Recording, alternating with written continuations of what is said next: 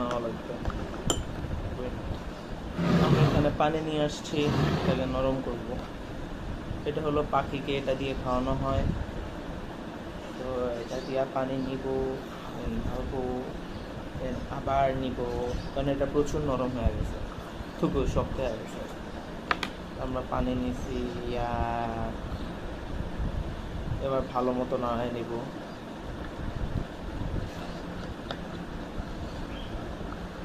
কুসুম গরম পানি ইউজ করবেন, একেবারে ঠান্ডা পানি ইউজ করবেন না। পানি অত্যন্ত গরম ছিল, এর কারণে আমি ঠান্ডা পানি ইউজ করছি। এই ভিডিও কি ছাড়বো? হ্যাঁ, এই যে